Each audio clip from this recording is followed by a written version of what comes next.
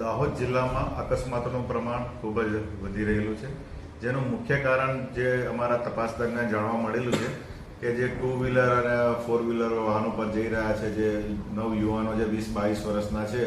એમને દાહોદ જિલ્લા તરફથી એક સૂચન કરવામાં આવે છે કે જ્યારે પણ 2 વ્હીલરમાં જાય ત્યારે ફરજિયાતપણે હેલ્મેટનો ઉપયોગ કરે, જે ગાડી ચલાવે છે એ પણ હેલ્મેટનો ઉપયોગ કરે અને જે પાછળ બેસ્યો છે એ પણ હેલ્મેટનો ઉપયોગ કરે. અને જે 2 વ્હીલર છે એ 2 વ્હીલરમાં 2 થી વધુ પેસેન્જરોને બેસાડે નહીં, તેમજ જે 4 વ્હીલર ગાડીઓ છે એમાં ફરજિયાતપણે જે સીટ બેલ્ટ આપવામાં આવેલા છે એ સીટ બેલ્ટનો ઉપયોગ કરવામાં આવે અને જે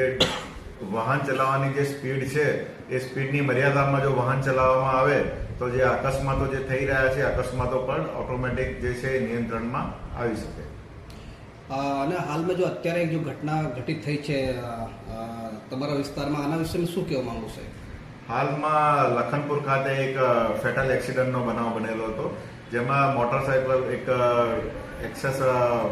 સ્કૂટી ટાઈપનું બાઇક છે એમના પર જઈ રહેલા 2 નવયુવાનો જે 20-22 વર્ષના હતા, એમનું રોડ પર અથડાવાના કારણે બંનેનું યુવાનોનું મૃત્યુ થયેલું હતું. અને એમનું મૃત્યુનું કારણ એમને હેલ્મેટ નહીં પહેરવાના કારણે રોડ પર અથડાવાથી એમના માથાના ભાગે ગંભીર ઇજાઓ થયેલી એમનું મૃત્યુ થયેલું હતું. સર, હેલ્મેટની તમને વાતો કરી, કદાચ આ લોકો હેલ્મેટ પહેરતા તો શું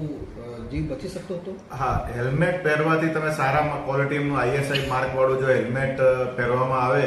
તો મેક્સિમમ કેસોમાં એવું નિષ્ણાતો દ્વારા જાણવા મળેલ છે કે ભાઈ 80% કેસોમાં તમારો માથામાં જે પાછળના હેડ ઇન્જરી થવાથી મૃત્યુ થવાના કારણો રહે છે. તો હેલ્મેટ પહેરવાથી 80% કિસ્સાઓમાં તમારા જીવનને તમે બચાવી શકો. સર, શાસન, પ્રશાસન અને બધાનો એક જ પ્રયત્ન છે કે આપણે બધા યાતાયાતના નિયમનું પાલન કરવું જોઈએ. તો ઘણા લોકો યાતાયાતના નિયમનું પાલન નથી કરતા, તો જો નથી કરતા શું દંડ ફટકારવાનો એ ચાલાન આનો કન્ક્લુઝન છે કે આના માટે આપણે શું કરી શકીએ? આપે કીધું એમ દંડ અને ચાલાન ફાડવાથી કોઈ કાયદો મજબૂત થતો નથી, પણ જ્યાં સુધી લોકો પોતાના પ્રત્યે અવેર થઈને નહીં આવે અને કાયદાનું પાલન